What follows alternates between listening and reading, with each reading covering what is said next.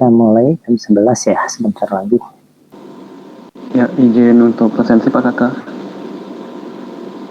Oh iya, iya.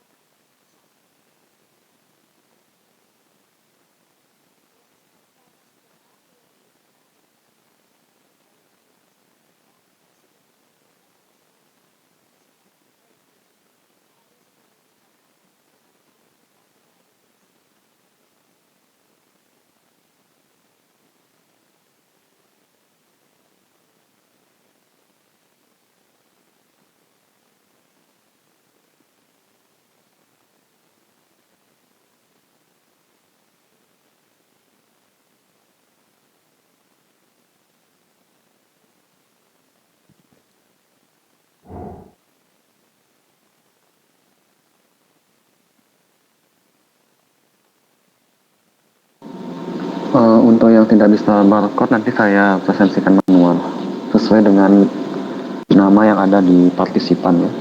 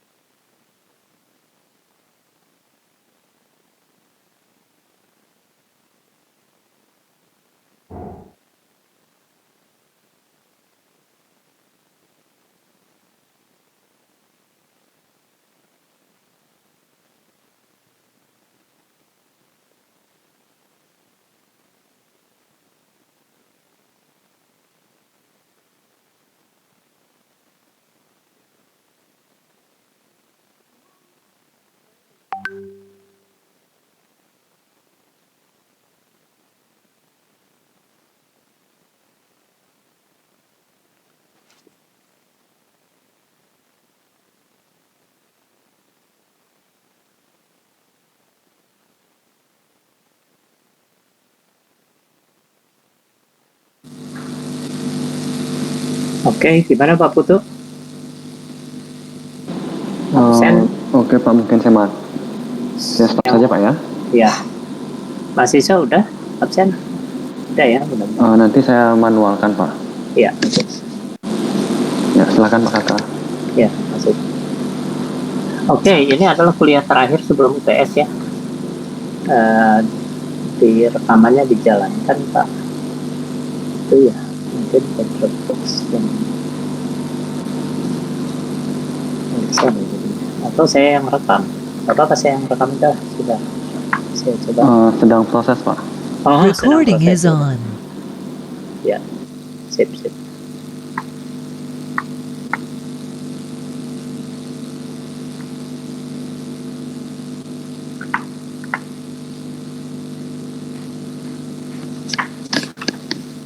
Sudah ya.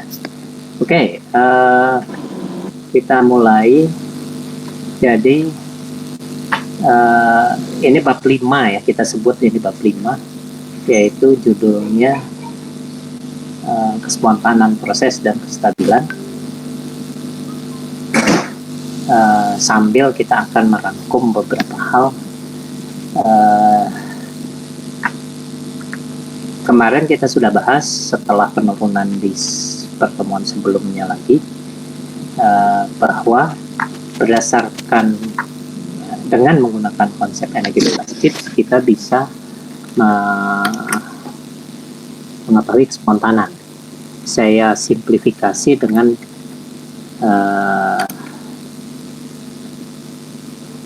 pembahasan kemarin ya, bahwa yang spontan itu kalau delta G-nya lebih kecil dari 0, reversible itu kalau 0, kalau tidak spontan itu kalau lebih besar dari 0. Ya. Jadi perhatikan bahwa aturan kespontanan ini hanya berlaku untuk isoterm dan isobar. Ya. Nah, contoh-contoh dan saya juga sudah kaitkan dengan hukum alam akhirnya. Berdasarkan rumus sederhana ini, akhirnya kita bisa sampaikan bahwa menurut hukum alam, supaya ini negatif kan ya, supaya memastikan ini negatif, maka yang pasti spontan itu kalau ininya negatif, tapi delta S nya positif.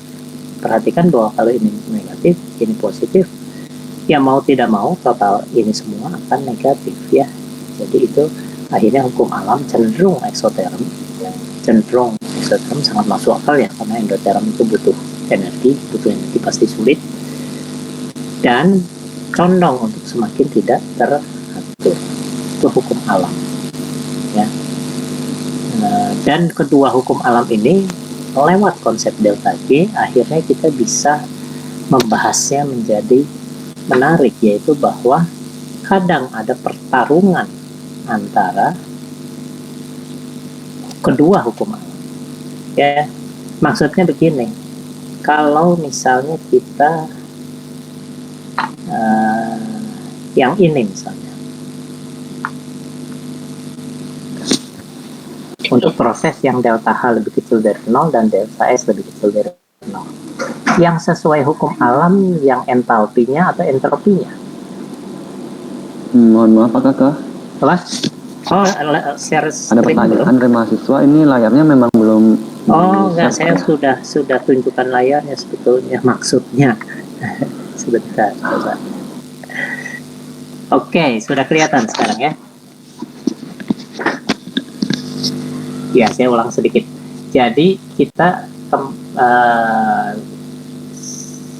secara sederhana bisa dengan menggunakan konsep delta G 3 ini kan, ya.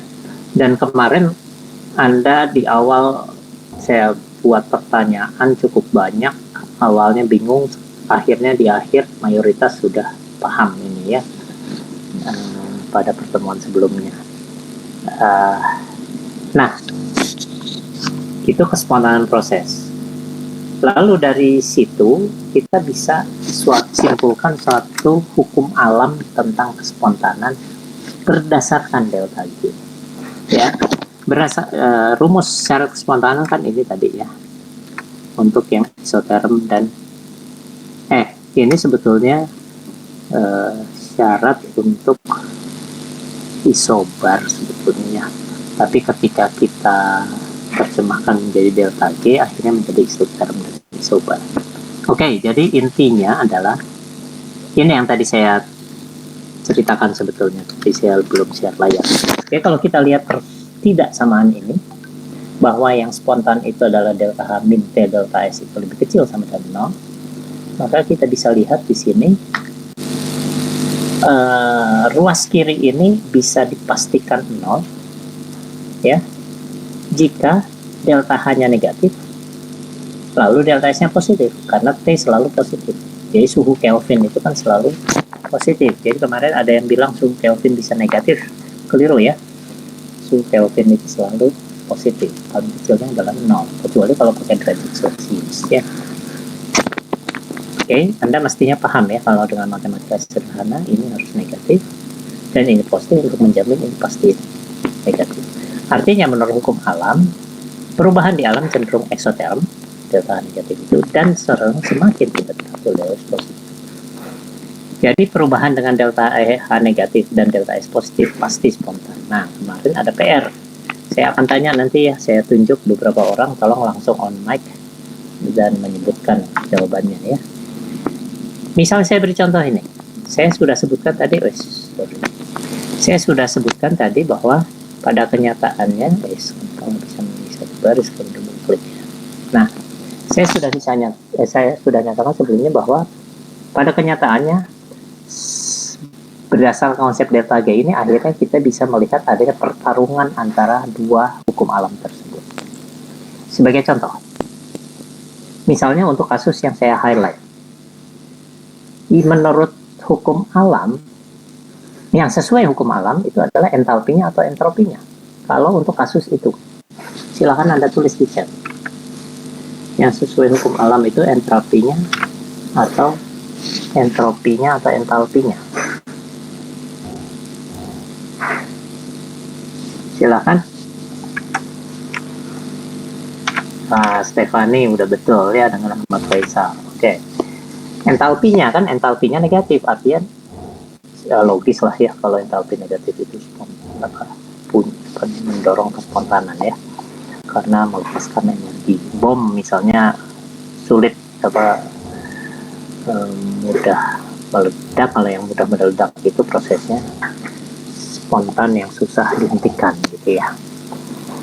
Terus kalau delta S-nya mestinya yang sesuai hukum alam positif, ini kalau negatif jadi tidak sesuai hukum alam. Nah, contohnya apa? Saya tanya nih. Kan sudah ada PR-nya, mestinya sudah dikerjakan ya. Deborah, coba contohnya apa yang delta H negatif dan delta S-nya negatif?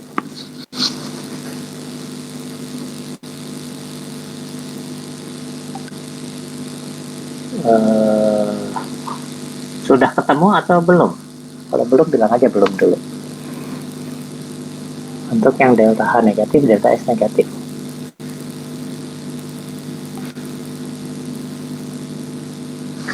Halo, Deborah.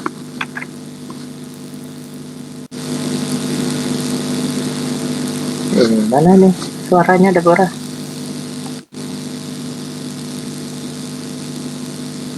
Halo. Iya, Pak. Ya. Contoh apa? Atau Anda bisa tulis di chat. Contoh untuk yang delta H-nya negatif dan delta S-nya negatif apa? Caranya gampang, mulai dengan ini dulu. Nanti cek ininya apakah demikian ya, bisa mulai dengan ini dulu. Apa? Proses apa misalnya?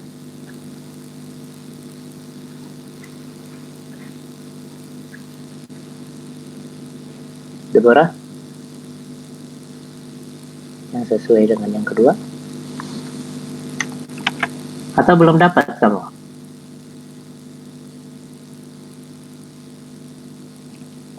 Halo, saya tunggu Deborah jawabannya.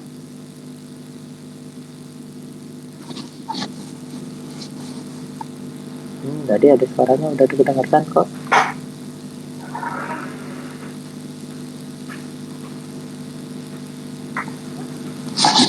Coba Anda tulis.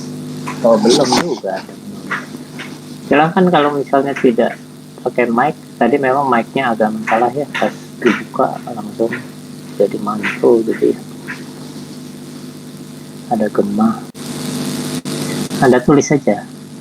Saya minta juga ini deh, Nadia Aulia. Gimana Nadia Aulia? Yang proses yang delta H-nya negatif, delta S-nya negatif.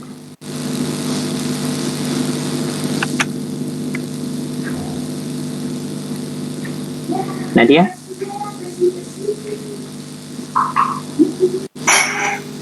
Ya, silakan.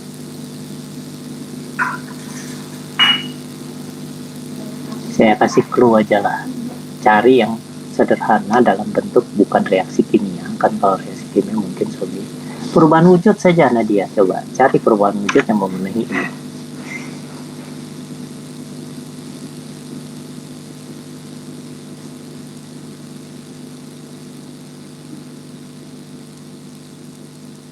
Apa? Silakan, Nadia. Wah, susah amat ini kelas ini diajak bicara. Nadia, coba on mic-nya, di on kan, itu tombolnya ada di bawah tuh. Ya, silahkan coba Nadia. Perubahan wujud apa yang jadi saya sudah kasih clue ya, sudah saya berikan pandu arahan gitu ya. Anda tidak usah mencari-cari lagi, pokoknya perubahan wujud. Coba apa terhadap apa, atau prosesnya disebut apa. Silahkan Nadia.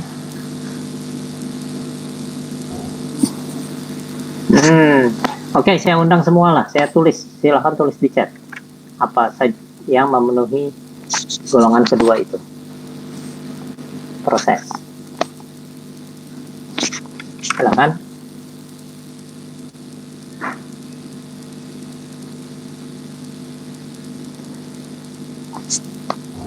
Perubahan apa?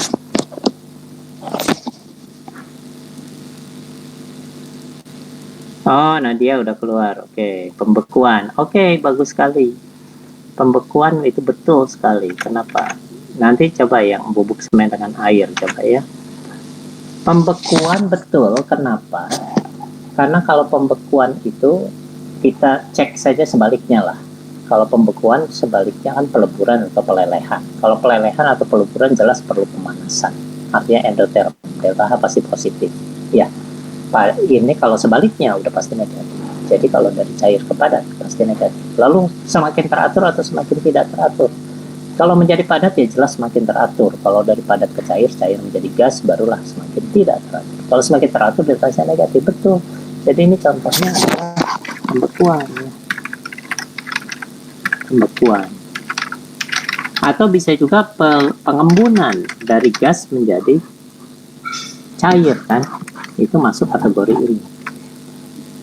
Jadi ini ada pertarungan antara ini yang sesuai hukum alam dengan ini yang tidak sesuai hukum alam, tergantung nanti mana yang menang. Yang menang adalah si ini, entalpi atau entropi. Kalau yang menang adalah entalpi, maka dia prosesnya akan spontan atau tidak spontan. Ini saya ingin mengajak Anda berpikir ya. Saya ingin mengadakan dengan polling ya. Dengan polling, Anda jawabannya, pertanyaannya saya bacakan, bacakan, tapi Anda cukup menjawab spontan atau tidak spontan ya. Nah, yang satu lagi timbang atau reversible itu tidak saya tuliskan ya. Nah sekarang coba Anda pilih, pertanyaannya begini. Anda tinggal memilih spontan atau tidak spontan. Dalam proses pembekuan atau pengembunan, terjadi pertarungan antara pengaruh entalpi dan pengaruh entropi. Kalau yang menang adalah si entalpi melawan pengaruh entropi, maka dia akan spontan atau tidak spontan. Silahkan Anda pilih. Ini berpikir ya, kita tidak sekedar konsep dan rumus-rumus matematik ya. Saya ajak berpikir. Kalau Anda bisa berpikir, maka potensi Anda untuk berhasil di masa depan itu akan semakin besar ya. Semakin Anda melatih kemampuan berpikir, semakin Anda punya potensi untuk berhasil. Oke. Mayoritas menjawab spontan, bagus sekali, betul ya. Jadi ada yang bilang tidak spontan, 6 orang itu tolong diperbaiki pemahamannya. Ya iya, kalau ini yang dominan, yang menang, jelas dia akan sesuai hukum alam kan. Yang ini dikalahkan. Tapi kalau ini yang dalam pertarungan antara keduanya gitu ya, antara entalpi dan entropi, yang ini yang menang, yang menjadi tidak spontan. Kenapa? Karena delta S yang spontan adalah kalau delta S-nya positif, yang menyumbang pada kespontanan ya. Mudah-mudahan bisa dipahami ya. Jadi ini adalah yang sesuai hukum alam. Jadi kalau dia yang dominan, maka dia akan spontan. Yang ini mana yang sesuai hukum alam? Entropi atau entalpi untuk yang ketiga. Silakan Anda tulis entropi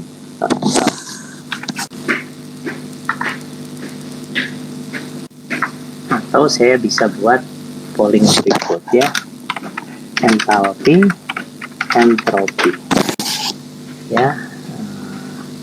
Nah, silahkan Anda pilih yang sesuai hukum alam itu adalah nilai entropinya atau nilai entalpinya yang sesuai hukum alam. Untuk perubahan yang memiliki ciri endoterm ya, dan semakin tidak teratur, mana yang sesuai hukum alam? Oke, bagus sekali. Jadi entropi yang sesuai hukum alam ya. Karena entropinya positif dan memang sesuai hukum alam entropi condong positif, sedangkan delta H condong negatif. Jadi itu yang menang. Jadi kalau yang ini bagaimana? Kalau yang ini, dua-duanya sesuai hukum alam kan? Saya tebalkan yang sesuai hukum alam. Iya kan? Kalau ini dua-duanya tidak sesuai hukum alam. Jadi entalpinya positif, delta S-nya negatif. Ya, butuh energi dan semakin teratur. Nah, ini yang paling sulit. Tidak spontan ya, ini udah pasti ya. Tidak spontan atau tidak terjadi. Ini pasti ya. Kalau ini spontan. Sekarang saya buat pertanyaan yang agak bentar. Saya buat pertanyaan yang agak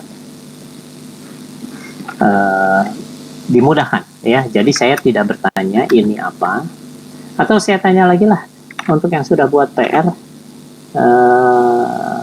yang ini contohnya apa ya? Saya tanya Della coba.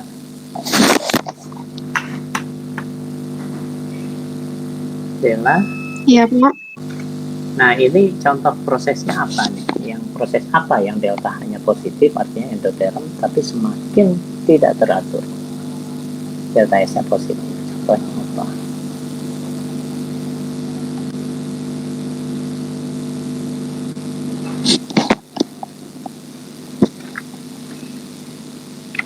Contoh reaksinya ya, Pak.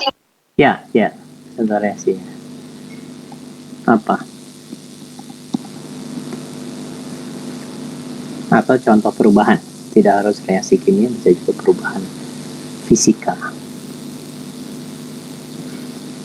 Silahkan bisa Anda tulis. Ini kebanyakan apa, banyak yang gema ya kalau dihidupkan. Nah, sambil menunggu Della, tadi Della ya? Nah, Pak, Ya, silakan. reaksinya ya, Pak. Ya. Apa contoh? Reaksinya itu H2 plus I2 menghasilkan 2HI, Pak. Oke, kita coba lihat ya. H2 tambah I2 menjadi 2HI ya. Sekarang kita analisis ya.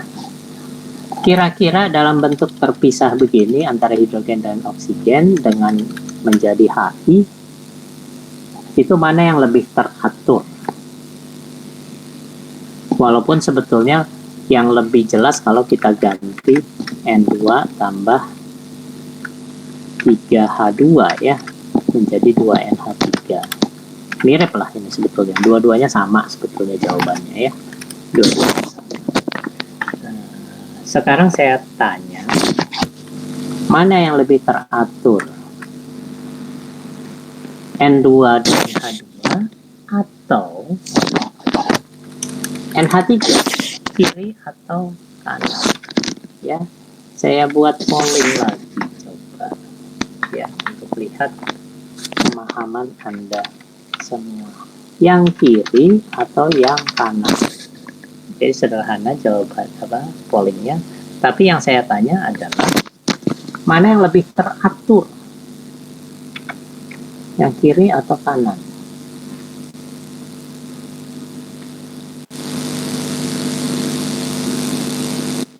kiri atau kanan yang lebih teratur. N2 dengan 3H2 atau 2NH3. Yang lebih teratur tentunya adalah yang semayoritas benar. Nah, ini bagus. Semakin kesini semakin banyak yang berpikir ya. Sebelumnya pada pertemuan sebelumnya misalnya mayoritas malah salah ya. Iya betul. Jadi yang kanan lebih teratur karena menjadi molekul yang lebih besar sehingga jumlahnya sedikit. Yang di kiri jumlahnya 4 kan, 1 dan 3. Yang kanan cuma 2, dia semakin teratur dia. Sudah digabung-gabungkan gitu ya. Kalau semakin teratur delta S positif atau negatif.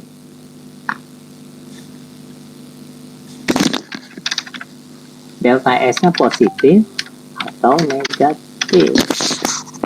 Silahkan. Delta S-nya. Kan kamu bilang ini semakin teratur ya. Delta S-nya positif atau negatif.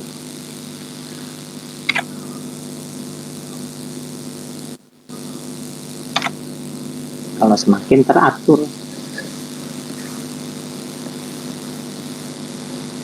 Entropi adalah ukuran ketidakteraturan. Nah, ini masih ternyata Anda mayoritas keliru. Ya. Ya makin delta S-nya negatif karena delta S itu entropi ukuran ketidakteraturan. Jadi kalau makin tidak teratur baru delta S-nya positif. Ya. Kalau ini semakin teratur terbalik. Jadi ini jadi ininya negatif. Gitu ya. Jadi keliru. Adalah jawabannya. Sekarang kita lihat ininya pembentukan umumnya eksoterm. Jadi ini eksoterm melepaskan kalor ya, proses pembentukan itu melepaskan kalor umumnya, kecuali untuk yang biomolekul di dalam tubuh itu justru pembentukan yang besar itu bukan eksoterm malah endoterm ya, khusus untuk pembentukan protein dari asam amino, pembentukan karbohidrat dari monosakarida dan sebagainya itu malah endoterm. Oke, jadi ini boleh, contohnya boleh tadi, cuma harus dibalik. Ya.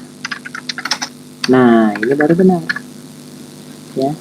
Contoh lain dari perubahan wujud apa? Ada yang tahu? Silahkan Anda sebut, boleh siapapun. Tulis di chat atau online. Kalau perubahan wujud yang memenuhi ini, apa?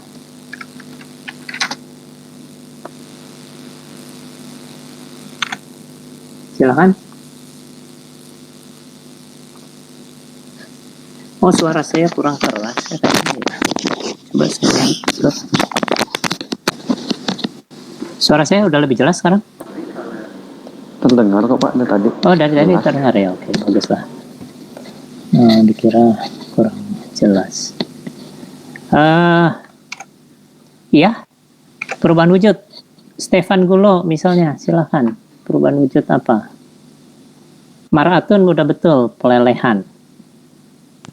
Pembakaran nanti dengan semen nanti saya bahas ya. Pelelehan, selain pelelehan apa? Pelelehan kan jelas kita harus manaskan es batu ya supaya mencair. Jadi pasti endoterm kan, butuh pemanasan kan. Dan kalau meleleh menjadi cair dari padat kan pasti makin tidak teratur. Kalau makin tidak teratur delta S positif. Apalagi selain pelelehan? Silahkan. Pemuaian, oke, betul. Pemuaian bisa.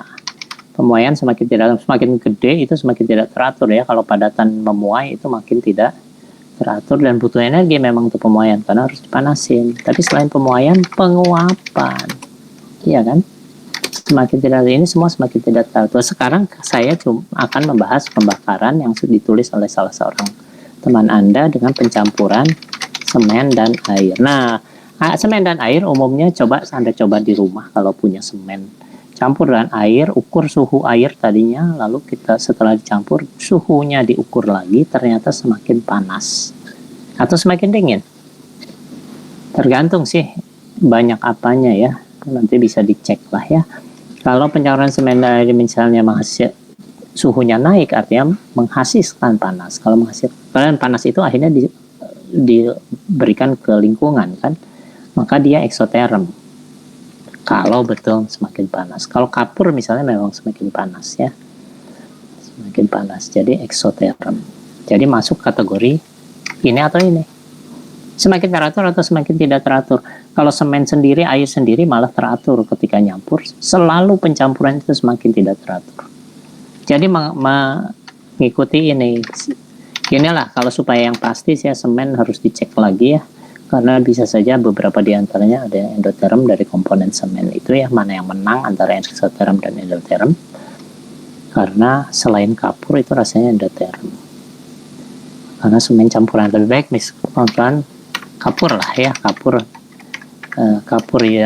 CaOH 2 kali maksud saya ya, dan air, bukan kapur batu kapur ya. Kalau batu kapur sudah susah untuk kita larutkan ya. Ini eksoterm sekaligus semakin tidak teratur ya. Yang ini belum ada contohnya, saya cuma itu apa nih. Nah, pembakaran sekarang ya. Pencampuran kapur sudah. Sekarang pembakaran. Pembakaran masuk kategori yang mana? Coba kamu pilih kategori pembakaran itu. Anda pilih dari kategori 1, 2, 3, 4. Masuk kategori apa? Mudah-mudahan semakin banyak yang benar ya. Kategori 1 atau 2 atau 3 atau 4. Maksudnya kategori 4 bisa saya salin sebetulnya ini ya, mudah-mudahan ini disalin bisa ya. Maksudnya ini yang kategori 1 tuh maksudnya ini ya. Kategori 2 saya copy lah ini. Sedangkan kategori 3 ini kamu pikirkan pembakaran, untuk pembakaran ya. Yang mana masuk kategori yang mana? Terus kategori 4 yang mana? Oke, silahkan. Pembakaran yang mana?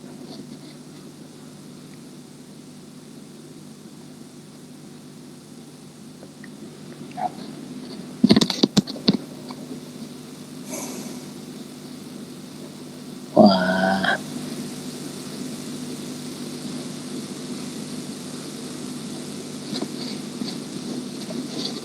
Satu, dua, tiga, atau 4.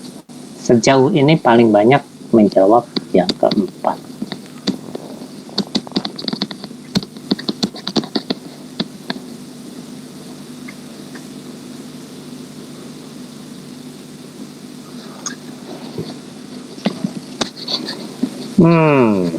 Ya, oke. Saya minta agak banyak yang menjawab nih.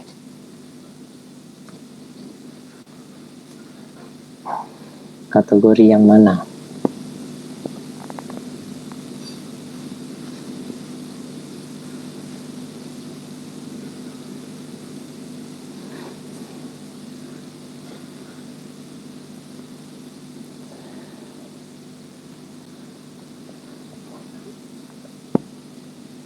Iya, kita lihat ya, sudah yang menjawab sudah 50 orang ya, mendekati.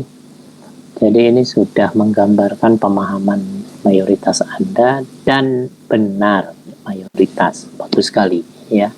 Sangat bagus. Ini semakin mayoritas semakin banyak yang benar. Jadi ini pembakaran ya. Coba kita cek. Pembakaran itu kan butuh api untuk membakar bensin. Tapi butuhnya dengan yang dilepaskan jauh lebih banyak yang dilepaskan kan. Dia menghasilkan api, misalnya bensin dibakar, butuh apinya cuma 1 korek api, tapi pembakarannya lama. Bisa sampai bensin itu habis, dihasilkan panas. Dan panas itu pasti diberikan ke lingkungan. Artinya ada perpindahan dari sistem ke lingkungan. Artinya eksoterm. Jadi masih ada yang menganggapnya endoterm. Buktinya ada yang menjawab kategori 3 dan 4 ya, keliru tentunya ya. Pasti eksoterm. Cuma eksoterm yang mana? Dibakar itu semakin tidak teratur karena tadinya bensin misalnya C8H18 atau kayu C100H berapa gitu ya, kayak oksigen berapa gitu, karena kayu itu kan selulosa ya mayoritasnya. Selulosa itu adalah polisakarida ya, CHO ya. Lalu dibakar ya semakin tidak teratur karena menjadi CO2 dan H2O dalam keadaan gas uap air gitu ya. Jadi makin tidak teratur. Jadi ini kan, oke, ya. Mudah-mudahan Anda semakin paham. Nah, semakin semakin peka tentang terhadap beragam perubahan ya. Langsung Anda bisa mengira-ngira ini perubahannya ekso atau endo dan sebagainya. Sekarang kita lihat. Ini sudah pasti spontan ya, termasuk peluruhan radioaktif. Coba saja Anda bayangkan.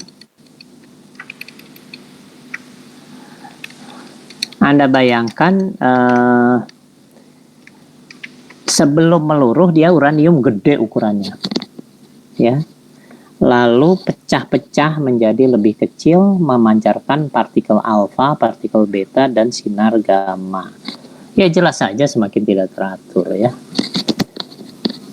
Semakin teratur tidak ada hubungannya dengan stabil ya. Teratur itu tidak ada hubungannya dengan stabil. Teratur itu lebih pada struktur ya, pada keragaman gitulah ya. Bukan stabil tidak stabil. Jangan bilang teratur itu stabil ya. Misalnya contoh uranium tadi. Uranium kalau ada kestabilan justru dia tidak stabil, setelah pecah-pecah menjadi akhirnya timah hitam misalnya Pb baru stabil.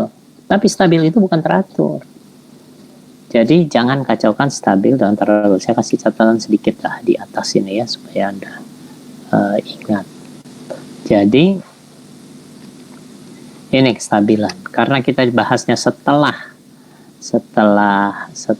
pembahasan hukum kedua tentang ketidakteraturan, ini saya kira perlu dicatat di bagian stabil ini tadi sebentar. Jadi di sini bisa saya tulis, patut dicatat bahwa keteraturan sistem yang teratur tidak ada kaitannya dengan sistem yang stabil. Itu suatu konsep yang berbeda ya. Stabil bukan berarti teratur. Contoh, pada peluruhan aluminium dihasilkan timah hitam yang stabil, tapi semakin tidak teratur ya. Bukan berarti stabil itu teratur. Kenapa tidak teratur? Karena Pb partikelnya lebih kecil. Sedangkan pecahan uranium yang lain jadi sinar alfa, beta. Jadi semakin kemana-mana itu partikel alfa, betanya jadi semakin tidak teratur. Jadi tidak teratur dari segi struktur ya, dari segi keberagaman ya. Semakin beragam semakin tidak teratur. Oke, kita teruskan sekarang. Ini Anda sudah bisa ya sekarang pembakaran tempatnya di situ ya, peluruhan radioaktif. Saya ulangi tadi, semakin tidak teratur delta S yang positif dan dia menghasilkan energi. Sinar gamma itu kan energi ya. Sinar gamma itu suatu bentuk energi, jadi dia exotherm ya. Jadi masuk kategori pertama. Nah, kategori pertama itu keduanya memenuhi hukum hukum alam. Makanya radioaktif itu kalau uranium disimpan dalam suatu wadah tertutup lalu dalam dindingnya setebal 3 meter gitu, logam Pb misalnya, dindingnya setinggi 3 meter, sangat kuat jadinya. Uranium disimpan di dalamnya, ada udaranya dikasih tekanan misalnya 1000 atmosfer, ditekan dengan tekanan tinggi untuk mencegah peluruhan tetap terjadi ya. Jadi suhunya direndahkan, diturunkan pada sampai mendekati 0 Kelvin, peluruhan tetap dengan kecepatan yang praktis segitu-segitu juga ya. Itulah sebabnya yang masuk golongan ini itu adalah suatu golongan yang sudah pasti spontan gitu ya. Mau mencegahnya juga susah gitu ya. Jadi ini gampang, sesuatu yang menarik dari golongan pertama. Yang kedua, yang lain, pembakaran coba. Yang aneh adalah begini. Pertanyaannya, mengapa bensin bisa stabil di udara terbuka, asal jangan suhu terlalu tinggi ya. Padahal reaksi bensin dengan oksigen adalah proses yang spontan, masuk kategori yang serupa dengan peluruhan radioaktif. Tapi peluruhan radioaktif tidak bisa dicegah, selalu terjadi. Pembakaran tidak. Coba ada yang bisa on mic nggak? Mengapa? Penjelasannya apa ini?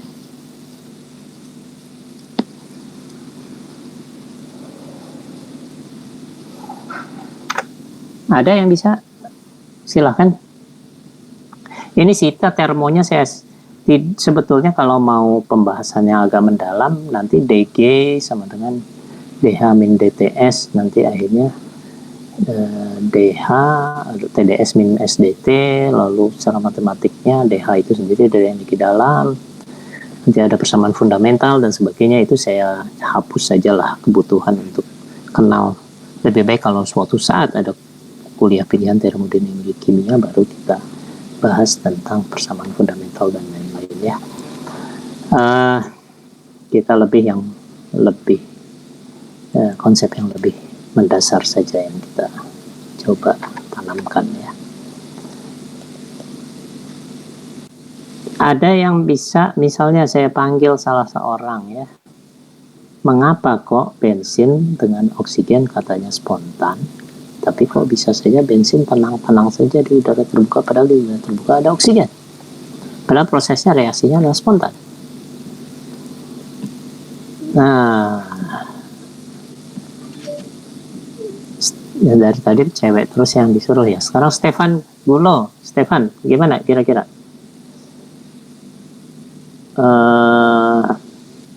Kenapa bensin bisa stabil? Padahal katanya reaksi dengan oksigennya yaitu pembakaran itu spontan mestinya. Tapi kok tidak spontan terjadi? Nah itu. Bisa nggak jawab Stefan? Itu mic-nya masih off tuh. Kok nggak kedengaran suara kamu? Aneh ya, padahal sudah di-on-kan, tapi suaranya tidak muncul ya. Aneh ya. Artinya mic-nya itu bermasalah itu. Ditulis saja di chat. Belum ada ya. Tidak ada yang men-trigger, tidak ada api. Nah, Ahmad Faisal sudah berusaha menjawab. Tidak ada katalis, kata Maratun. Gini, sebetulnya faktor terjadi atau tidaknya ada. Nanti kita bahas di bawah kalau gitu ya.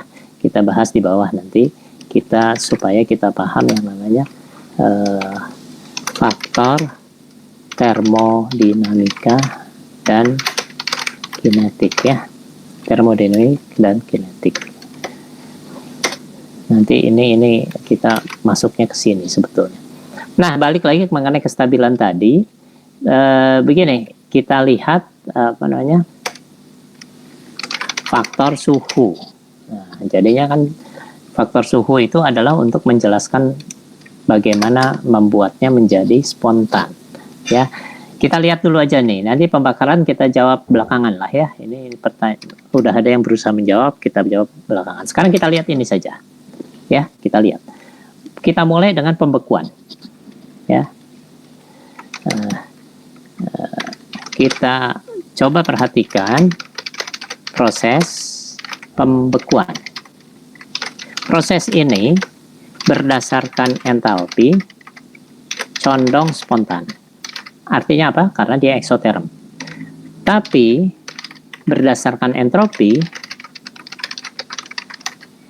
condong tidak spontan. Karena semakin tidak teratur. Semakin teratur justru. Padahal condongnya condong itu. Kalau ini pakai karena bolehlah. Karena prosesnya eksoterm. Lalu bagaimana dia itu, saya sudah sebut tadi ini untuk yang pembekuan.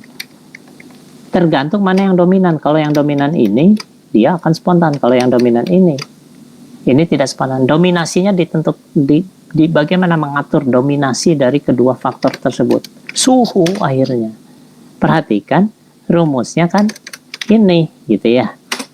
Jadi ada faktor suhu yang menentukan itu apa namanya, dia spontan atau tidak. Sekarang saya tanya suhu harus supaya faktor entropi, kan di sini saya ulangi, ada faktor entalpi, ada faktor entropi. Yang satu sesuai hukum alam, yang satu tidak sesuai hukum alam. Sekarang pertanyaan saya begini, kalau suhu diturunkan nanti yang dominan entalpi atau entropi? Suatu saat yang dominan entalpi atau entropi kalau suhu diturunkan terus. Silahkan Anda jawab. Ada soalnya tadi, entalpi entropi. Mana entalpi entropi? Ini. Oh, tapi udah 56 orang yang menjawab. Saya buat lagi lah pollnya ya. Entalpi atau entropi yang akan punya pengaruh besar terhadap kespontanan kalau suhu diturunkan terus sampai sangat rendah. Yang dominan adalah baru 9 orang yang menjawab. Oke, luar biasa sampai sekarang ini 100% benar ya. Ya jelas, karena kalau suku kedua ini jadi kecil, sehingga yang dominan menjadi suku pertama. Sehingga suku pertama lah yang menentukan kalau suhu tinggi ya. Jadi kita bisa sebutkan jika suhu tinggi maka faktor entalpi menguat gitu kan ya. Sedangkan jika jika suhu rendah, saya kok pertanyaan suhu rendah tadi. Jika suhu tinggi, faktor entropi yang akan menguat. Jadi itulah akhirnya faktor suhu ya. Sekarang kita lihat mana yang sesuai hukum alam ini kan, entalpinya ya. Artinya kalau suhu rendah, maka dia semakin mungkin untuk spontan. Kalau suhu tinggi semakin mungkin untuk tidak spontan. Kenapa? Kalau suhu tinggi ini yang dominan. Sedangkan entropinya tidak sesuai hukum alam, yaitu entropinya semakin teratur. Padahal yang spontan yang semakin tidak teratur ya. Batasnya pada suhu berapa? Pertanyaannya. Untuk air, pembekuan air misalnya. Ada yang bisa menjawab? Silahkan di chat. Batas untuk faktor ini dan faktor ini tidak berganti ya. Berganti antara penentunya siapa gitu ya. Dan betul nggak sekarang pembekuan? Coba kita lihat pembekuan. Apakah betul pembekuan? Jadi ini saya tuliskan ya. Sedangkan perubahan entalpi ya delta H sesuai dengan hukum alam kan. Jadi delta H mana? Enggak ada delta H. Ya udahlah. Sedangkan delta H lebih kecil dari 0 ya, sesuai hukum alam.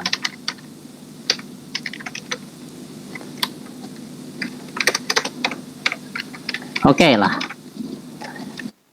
Jadi kalau suhu rendah semakin sesuai hukum alam, kalau suhu tinggi semakin tidak sesuai hukum alam. Jadi kalau suhu rendah bakal terjadi spontan, sedangkan kalau suhu tinggi tidak spontan ya. Ini tidak spontan. Logis nggak? Logis. Akhirnya Anda jadi bisa memahami kenapa pembekuan itu harus suhu rendah sesuai dengan delta G. Kalau suhu rendah pembekuan menjadi spontan, tapi kalau suhu tinggi pembekuan menjadi tidak spontan ya. Mudah-mudahan Anda paham jadinya. Sekarang gini, batasnya suhu berapa antara spontan dan tidak spontan itu? Silahkan Anda tulis di chat. Batasnya suhu 0 derajat Celcius itu betul. Jadi batasnya suhu batasnya adalah 273,15 Kelvin ya. Jadi kalau di atas ini nilai delta G-nya jadi apa? Nilai ininya delta G-nya menjadi positif. Jadi tidak spontan. Tapi kalau di bawah 273,15, ininya negatif gitu ya. Pada saat 273,15 nilainya 0. Artinya pada suhu itu Kelvin, nilai delta G 0. Artinya apa nilai delta G 0? Bias reversible atau setimbang ya. Dari situ Anda punya hubungan antara delta H dengan T delta S ini. Kesimpulannya apa? Coba kita cek ya. Kalau delta G 0 artinya apa? Ini 0 kan? Jadi ini sama dengan 0. Ya. Kalau itu 0 artinya delta S rumusnya apa? Delta S rumusnya tinggal dipindah-pindah ulang. Delta S sama dengan ini, cuma bagaimana kita berpikir dari satu sudut, kita bisa sampai pada sudut yang lain yang kita sudah tahu memang benar, yaitu bahwa delta S itu adalah delta H per T, di mana delta H itu delta H apa nih? Pembekuan ya, fusion ya, delta H fusion. Jadi ini delta H pembekuan dibagi suhu, suhunya adalah 273, ini dibagi 273,15. kan ini rumus delta S. Memang delta S itu adalah, kamu lihat lagi rumus delta S yang asli. Rumus delta S kita ingat kembali bahwa delta S adalah sama dengan Q reversible per T kan. Prosesnya harus reversible ya. Kalornya itu kalor apa ya? Kalor pembekuan gitu kan, dibagi suhu. Suhunya adalah suhu pada saat perubahan reversible tersebut, yaitu pada suhu 273 Kelvin ya. Itu ya. Jadi sebetulnya akhirnya ya dari awal juga kita sudah tahu ini gitu ya. Rumus ini sudah kita tahu dari awal untuk perubahan wujud ya. Oke, jadi yang lain juga bisa kita itu kan, misalnya untuk yang penguapan ya. Dia begini. Perhatikan kalau suhu tinggi, si delta S-nya yang dominan. Delta S itu sesuai hukum alam ya. Sedangkan kalau suhu rendah, karena T delta S di sini ya, suhu rendah ini yang akan dominan. Delta H itu kalau endoterm tidak spontan. Maka ketidakspontanan inilah yang dominan kalau suhu rendah. Kalau suhu tinggi, kespontanan lah yang dominan. Dan kita tahu penguapan akan spontan pada suhu tinggi. Ya, coba Anda memahami kimia fisik tidak cuma dari rumus-rumus, tapi Anda paham. Dan kalau dari polling lumayan lah, semakin kesini semakin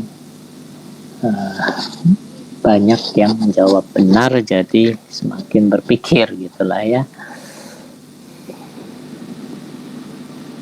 Nah sekarang ini, jadi setiap perubahan, terjadinya perubahan tidak hanya ditentukan oleh faktor kinetik, vektor termodinamik yang kita bahas di atas ya, yaitu delta G, tetapi juga bergantung pada faktor kinetik, yaitu faktor energi pengaktifan, laju, dan lain-lain gitu ya. Sebagai contoh, proses untuk apa ya, misalnya contohnya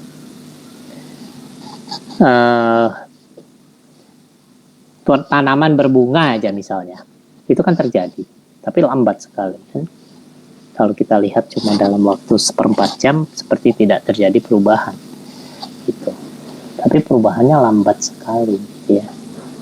Itu sebetulnya ada faktor kinetik, yaitu energi pengaktifannya tinggi. Sekarang kita lihat, jadi bensin dan oksigen, reaksi bensin dan oksigen memang spontan berdasarkan delta G, artinya berdasarkan termodinamika gitu ya. Tetapi tidak terjadi karena pada suhu kamar, misalnya tidak terjadi pada suhu kamar ya, karena tidak terjadi pada suhu kamar ya, karena pada suhu diulang-ulang pada suhu kamarnya nggak apa-apa lah. Energi tumbukan, oksigennya kan menumbuk permukaan bensin ya, dia menumbuk permukaan bensin tapi tumbukannya itu terlalu lemah. Energi tumbukan antara O2 dan bensin itu tidak bisa melampaui energi pengaktifan gitu ya. Itu jadi faktornya disebut faktor kinetik ya. Jadi faktor kinetik tidak mendukung. Makanya harus dipercepat O2-nya supaya bisa melampaui energi pengaktifan. Ya. Bagaimana caranya? Untuk mengatasi supaya maksudnya agar reaksi terjadi gitu ya. Maka apa yang harus dilakukan? Yang harus dilakukan ya dikasih yang disebut oleh tadi Ahmad Faisal ya kalau tidak salah, dikasih percikan api. Jadi kalau kita apinya tidak usah kena bensinnya, cukup kena oksigennya saja yang ada di atas. Jadi kita kenakan oksigen sehingga oksigennya bergerak sangat cepat. Coba dibuktikan ya, tapi hati-hati nanti tangan Anda terbakar ya. Bensin di wadah gitu ya, dikasih korek apinya tidak usah kena bensin, cukup kena oksigen di atasnya. Apalagi di situ ada uap bensin, tapi walaupun uap bensin tidak ada, di atasnya menyebabkan oksigen bergerak sangat cepat menuju permukaan bensin sehingga tumbukannya kuat sekali melampaui energi pengaktifan. Terjadilah reaksi, dan sekali terjadi reaksi, buktinya spontan adalah apa?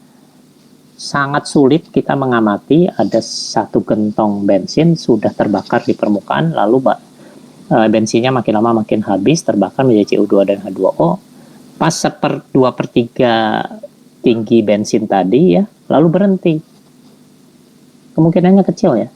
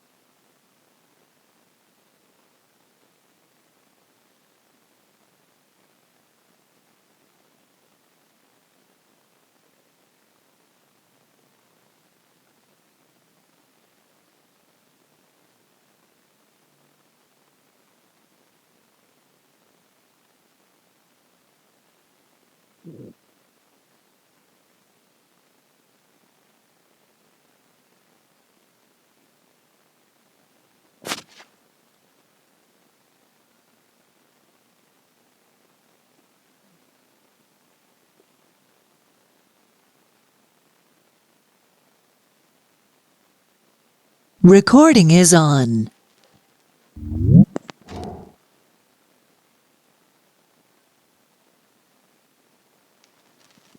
Oke, kita tuntaskan sedikit, menuntaskan yang bab 3. Jadi, entalpi itu adalah sekolah menengahnya, tapi rumus benarnya adalah ini, di mana E karena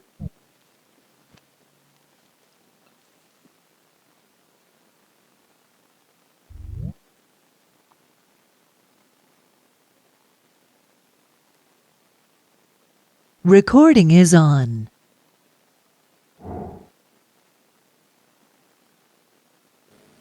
ya, tekanan bagi volume. Tekanan sistem, ini volume sistem.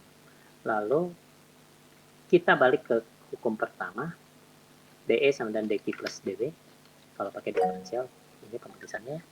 Artinya kalau tidak ada, kalau asumsi hanya kerja volume, jadi ini dQ min PdV. Karena dW adalah min PdV, tapi P-nya itu adalah P luar seharusnya. Tapi kalau kita pakai P saja, itu maksudnya sistem. P luar sama dengan P sistem hanya proses reversible. Jadi kalau rumusnya saya tulis begini, itu pasti untuk reversible. Kalau tidak reversible, kamu harus tambahkan di sini L. Screen-nya belum terlihat. Oh, layarnya belum terlihat, sorry. Wah, terima kasih berita. Jadi saya cepat dari sini ya sedikit. Entalpi ini tadi di sekolah menengah, kalor yang dilepaskan atau diterima sistem pada tekanan rendah. Lalu rumusnya ini nih, ya rumusnya ini. E tambah PV. Itu E bisa kadang-kadang ditulis sebagai U.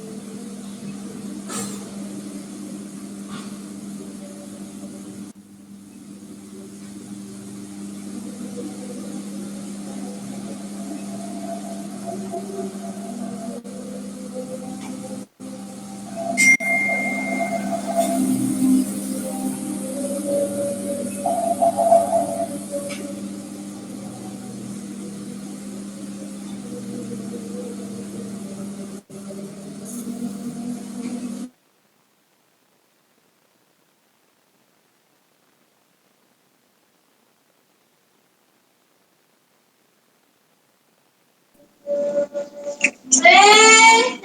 besok hotel.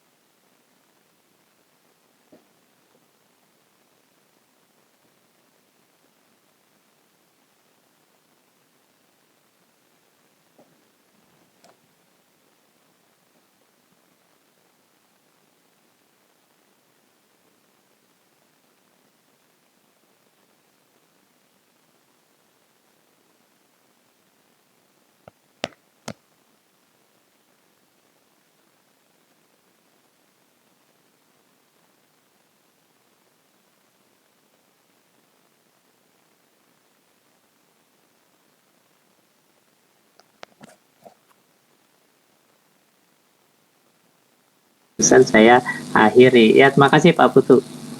Di telepon di miss call. Ini saya terakhir itu mengakhiri kuliah barusan. Ya, tahu-tahu itu. Jadi ini terakhir sampai baris yang mana sih?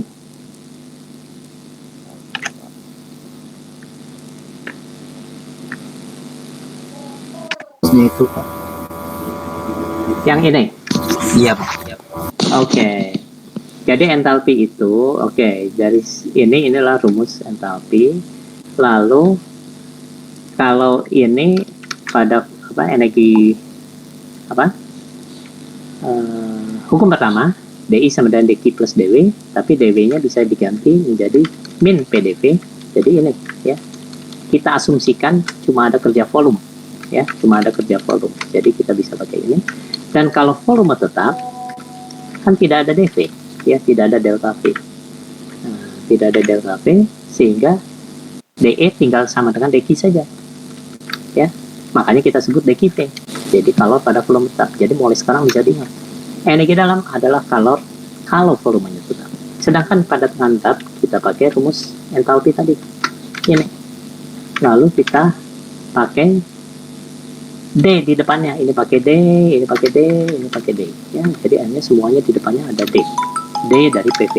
Sedangkan pakai rumus turunan UV itu adalah U aksen V tambah UV aksen. Anda sudah tahu di matematik. DPV ini berubah menjadi PDV tambah PdP.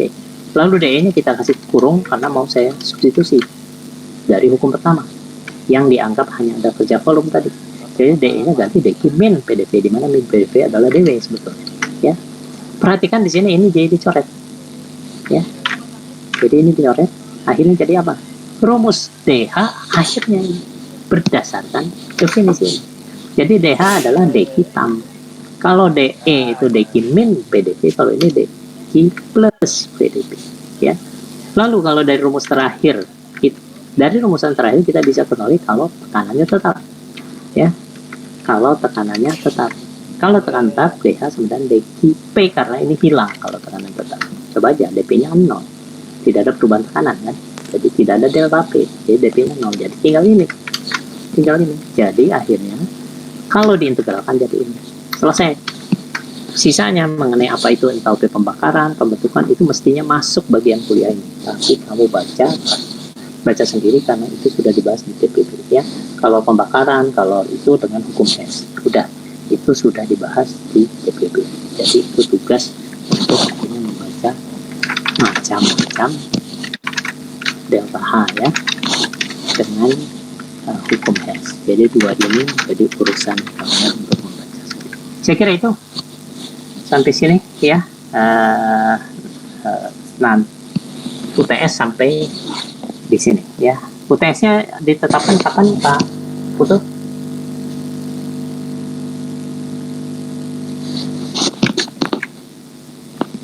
UTS-nya Ada jadwalnya? Sudah? Jumat Pak sepertinya. Kenapa? Belum ditetapkan? Hari Jumat Pak sepertinya. Oh, Jumat depan. Oh, pas jadwalnya saja lah ya. Jadi kemungkinan ya. Jadi hari Jumat jam 8. Jadi silakan kalau ada pertanyaan itu Anda tanyakan lewat grup ya. Jadi sampai ketemu di ujian. Nanti setelah ujian kita masuk ke konsep-konsep yang lebih advance, yaitu menerapkannya pada berbagai sistem ya. Jadi sekarang konsep-konsep dasarnya sudah, nanti kita terapkan pada berbagai sistem kimia yang real ya. Sekarang ini banyak yang cuma contoh saja tapi tidak real. Nanti kita bahas secara realnya di setelah ujian. Saya kira itu. Terima kasih. Assalamualaikum. Selamat siang. Selamat siang Pak Kakak. Terima kasih untuk perkuliahannya Pak Kakak. Rekamannya udah terputus ya tadi Pak? Itu ya? Iya Pak. Ini dari tadi JC-nya ada gangguan sepertinya Pak. Waktu kan biasanya kalau kita pakai yang reguler itu tidak terputus Pak ya. Iya. Ini tiba-tiba terpotong 1 jam Pak. Oh iya. Dia harus di start lagi kan ya. Tapi kadang-kadang memang begitu. Kayaknya ada 1 jam itu terhenti sendiri dan harus ya udah nanti Iya, jadwalnya biasanya saya kalau bagi yang iya Pak. Terima kasih Pak Kakak untuk perkuliahan pada siang kali ini. Untuk adik-adik juga untuk tutorial silakan adik-adik hubungin Pak Aang terkait dengan kapan dilaksanakan tutorial. Memang jika memang adik-adik memerlukan itu ya tanya bisa jawab menghubungi sebelum Pak Aang ujian via email seperti itu. Iya Pak. Ya. Jadi Oke. good luck untuk ujiannya pekan depan ya. Selamat siang semuanya. Ya, siang.